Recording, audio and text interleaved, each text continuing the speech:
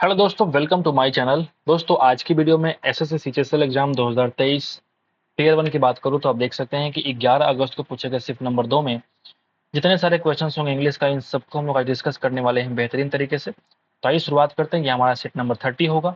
पहला सवाल क्या बोलता है, आइए जरा शुरू करते हैं। ये सीरीज फॉलो कर सकते हैं। आपको अगर आप एक एसएससी के एस्पिरेंट हैं तो बिल्कुल आपको ये फायदा ही देगा। ठीक है, क्योंकि इंग्लिश में बहुत सारे कंफ्यूजन होते हैं, तो इस तरह से प्रीवियस ईयर सेट को करके आप थोड़ा सा अपने कंफ्यूजन को मिटा सकते हैं और अपने प्रिपरेशन को थोड़ा बूस्ट दे सकते हैं। आइए शुरुआत करते हैं। पहला सवाल क्या बोलता है, the man is a social animal. यहाँ पे द का इस्तेमाल जो है वो मैन के लिए नहीं कर पाएंगे, क्योंकि मैन यहाँ पे एक कॉमन रूप में इस्तेमाल किया गया है, तो कॉमन नाउन के रूप में हम लोग द का इस्तेमाल बिल्कुल भी नहीं करते हैं। तो man is a social animal हम लोग इस्तेमाल कर सकते हैं। ठीक है, आगे बढ़ते हैं, नंबर 2 पे चलते हैं।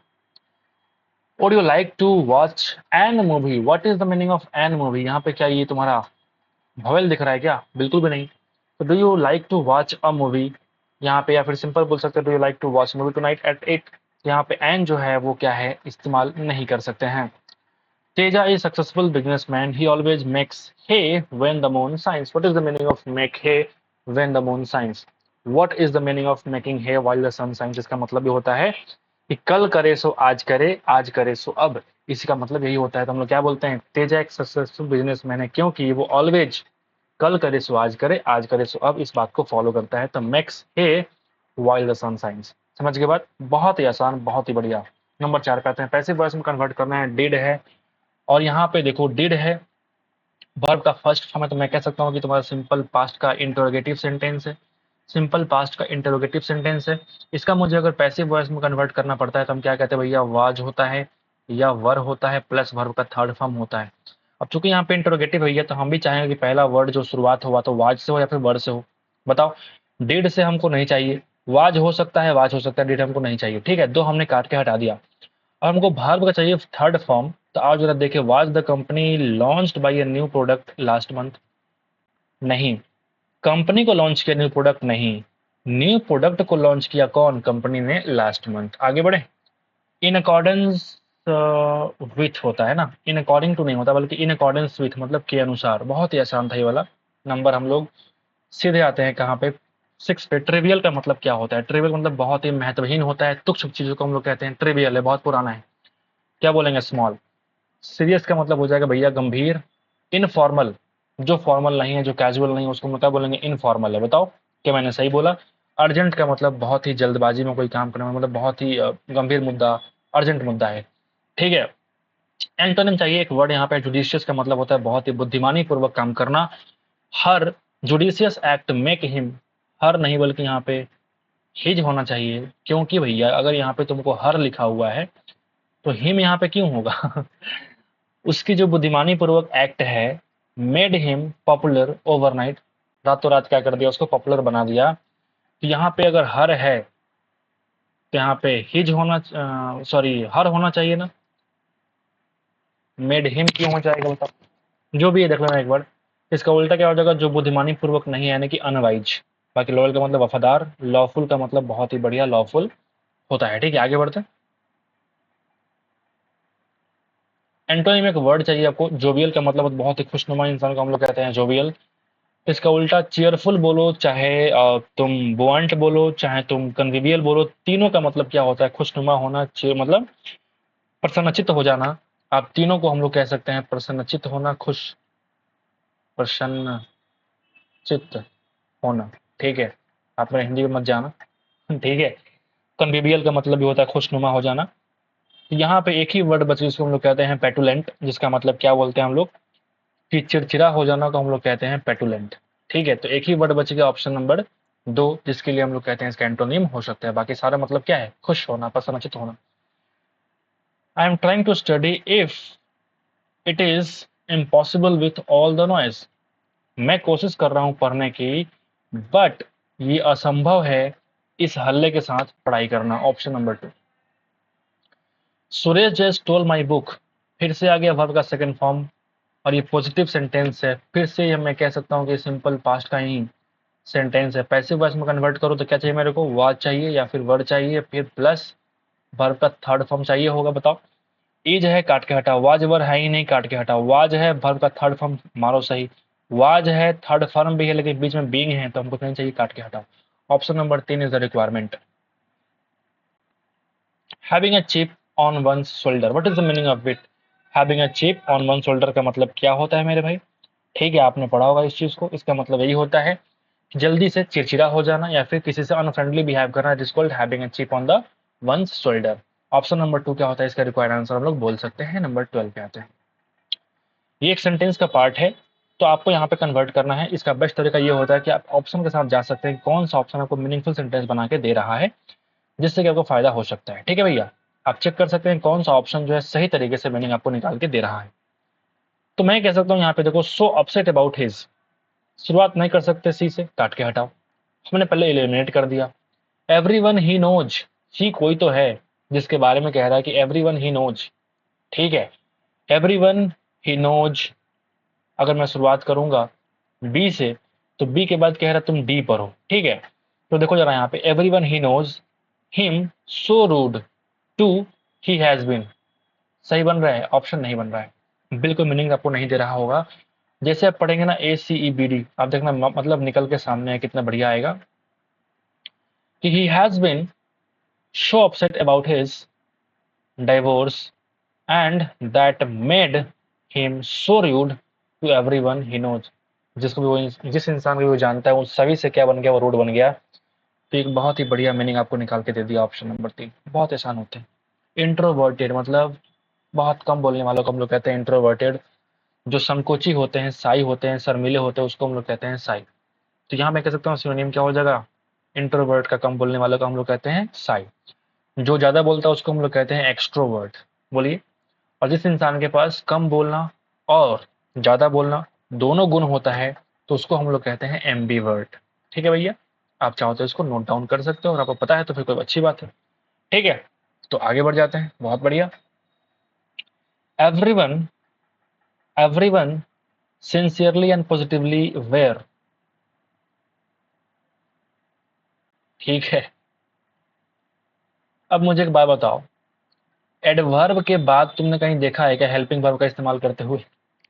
अरे नहीं, एवरीवन वाज, ठीक है, सिंसियरली एंड पॉजिटिवली रेडी। समझ गए बात? तो ऑप्शन नंबर 2 क्या हो जाएगा यहाँ पे? सही हो जाएगा। फिर से आपका पहला एग्जाम्पल आ चुका है, सेंटेंस का पार्ट को तोड़ दिया है, आपसे कह रहे हैं कि जोड़ के दिखाओ। यहाँ पे देखो ABCD, and there is darkness, शुरुआत नहीं कर सकते, बी को काट के हटाया। And I do not quite know, काट के हटाया, शुरुआत नहीं कर सकते।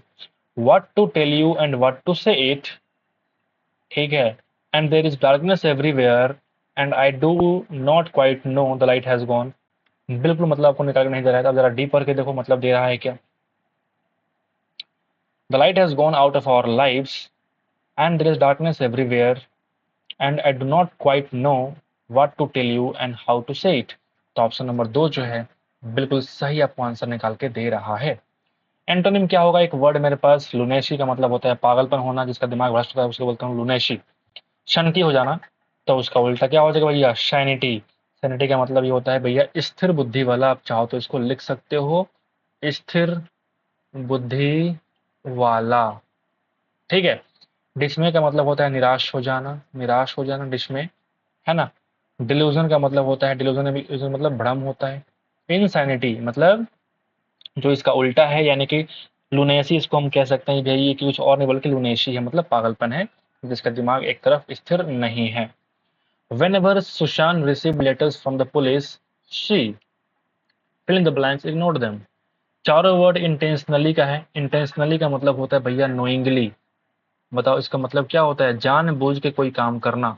तो वही यहाँ पे कह रहा है कि स्पेलिंग जो सही है वो कौन सा? ऑप्शन नंबर 4, यानी कि वो जानबूझ के उन सबको रिसीव ही नहीं करती, इग्नोर कर देती है उस लेटर को। ये कह रहा है किस सेंटेंस में करेक्ट यूज ऑफ स्पेलिंग है। यहाँ देखो पेंडेमिक गलत लिखा हुआ है, काट के हटाओ। पेंडेमिक गलत है, काट के हटाओ। यहाँ पे पेंडेमिक सही लिखा हुआ है, यहाँ भी सही लिखा हुआ है, दो हमने काट के हटा दिया। तो अब जरा देखते हैं आप इन दोनों में कौन सा सही है। तो आप जरा देखो, सक्सेसफुली यहाँ पे तुम्हारा गलत लिखा हुआ है, डबल एस यहाँ पे होता है, तो ऑप्शन नंबर 3 क्या हो जाएगा? रिक्वायरमेंट। और ये आप सही लगाओगे। ये सब फ्री के नंबर होते हैं, आप इस तरफ जो है नंबर को वेस्ट ना करें भैया, 4 चूज ना करें। इतनी जल्दबाजी क्यों है बताइए? 5 सेकंड से 10 सेकंड काफी होते हैं सवाल करने के लिए। बस एक बार थोड़ा सा ध्यान से देखना होता है, फिर आपको फ्री के नंबर होते हैं। जल्दबाजी में नंबर को वेस्ट ना करिए, ठीक है। आगे बढ़ते हैं। The person who dislikes and distrust other people, एक ऐसा इंसान जो लोग को पसंद ना करे, उसको हम लोग कहते हैं मिशनथ्रोप, ठीक है। और जो पसंद करे उसको हम लोग कहते हैं फिलंथ्रोप। पढ़ा ना आपने, फिलंथ्रोपिस्ट। एक ऐसा इंसान जो मानव जाति से प्रेम करे, फिलंथ्रोपिस्ट। जो मानव जाति से घृणा करे, डिसलाइक करे, दैट इज कॉल्ड मिशनथ्रोपिस्ट। बोलिए। पेसिमिस्ट बोलते हैं भैया निराशावादी। क्या बोलते हैं? निराशावादी, ठीक है। और इसका उल्टा क्या हो जाएगा भैया बताओ? ऑप्टिमिस्ट, आशावादी। क्या बोलेंगे इसको? ये तुम्हारा एंटोनिम है। बोलिए। एक वर्ड होता है भैया पैसिफिस्ट, कंफ्यूज नहीं होना है, पेसिमिस्ट और पैसिफिस्ट। इसका मतलब जो शांति चाहता है उसको हम लोग कहते हैं, जो शांति चाहता है उसको हम लोग कहते हैं पैसिफिस्ट। बोलिए। हर्मिट का मतलब होता है वैरागी। हर्मिट का मतलब क्या बोल सकते हैं? वैरागी या फिर एकांतवासी। और वही चीज होता है रिक्लूज, उसी को बोलते हैं रिक्लूज, यानी कि वैरागी। इसको भी हम लोग कह सकते हैं। दोनों वर्ड क्या हो गया? सेम हो गया। तो आप चाहो तो स्क्रीनशॉट ले लो, बढ़िया बढ़िया इसमें वर्ड आपको देखने को मिल रहा होगा। एंटोनिम क्या होगा? यहाँ पे एक वर्ड है gentle lapping of waves in the blanks. के लिए। फॉर का मतलब के लिए, मतलब किसी के लिए कुछ काम करो। उसका उल्टा क्या हो जाएगा? विरोध में काम करो, अगेंस्ट काम करो। बताओ कितना आसान है।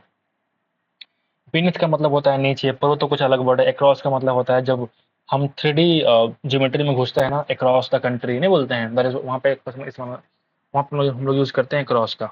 आगे बढ़ते हैं। और पहला जो आ गया क्लोज टेस्ट, क्या कहता है मेरे भाई? कि टीनेज जो है, टीनेज, टीनेज किसको बोलते हैं? 13 से लेके 19, जो तुम्हारा एज है उसी को हम लोग कहते हैं टीन एज। तो teen age is a phase of life. ये ट्रांजिशन नहीं है।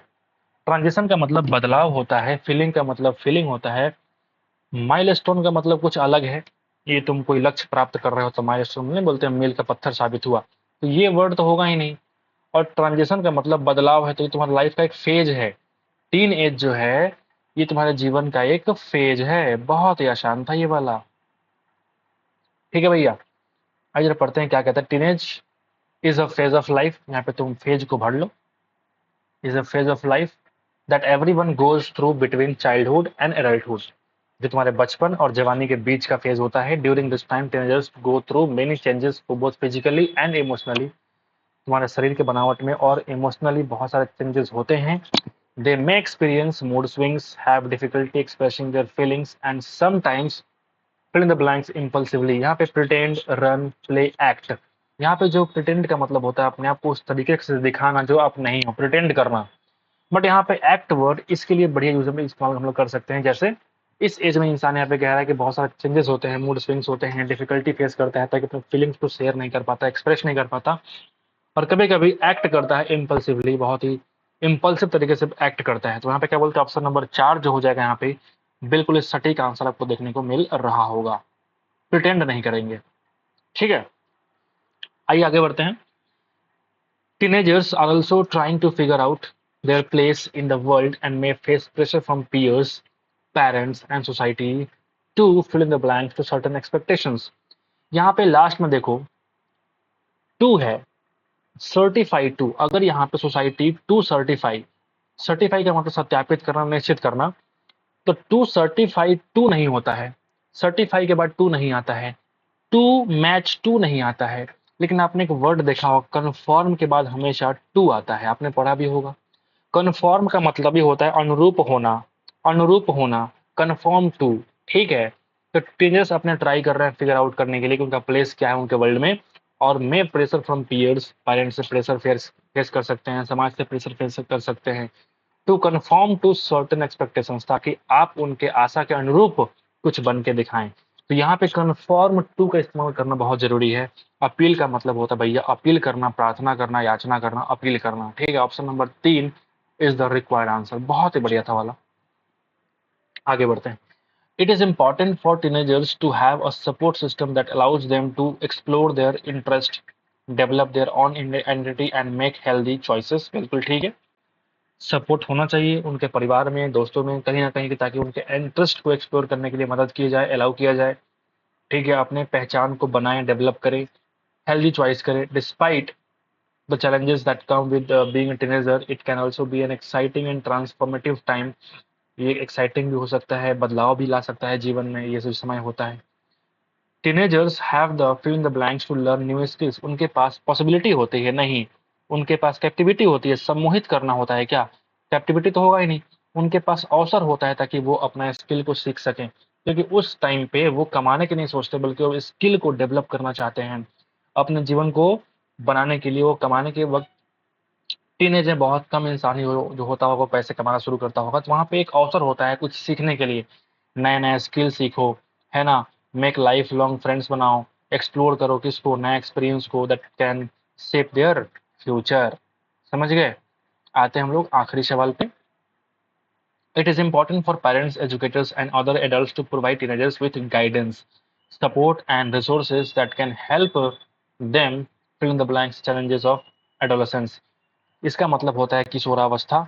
तो वही किशोरावस्था को हम लोग कह सकते हैं, जो टीनेज होता है उसी को हम बोलते हैं, 16-17 साल का जो बच्चा होता है उसी को हम लोग कहते हैं किशोरावस्था में है। तो मैं यहाँ पे कह रहा हूँ ये कि बहुत इंपॉर्टेंट है पेरेंट्स के लिए, टीचर्स के लिए, एजुकेटर्स के लिए और उनसे बड़े लोगों के लिए, ताकि वो प्रोवाइड करें टीनेजर्स को ऐसे गाइडेंस दे, सपोर्ट दे, रिसोर्स दे, ताकि वो हेल्प कर पाए किस चीज़ को, जो चैलेंज वो फेस करते हैं, चुनौती जो फेस करते हैं वो लाइफ में किशोरावस्था में, उसको वो कम कर पाए, रिड्यूस कर पाए। ऑप्शन नंबर 4 यहाँ पे यूज करना पड़ेगा।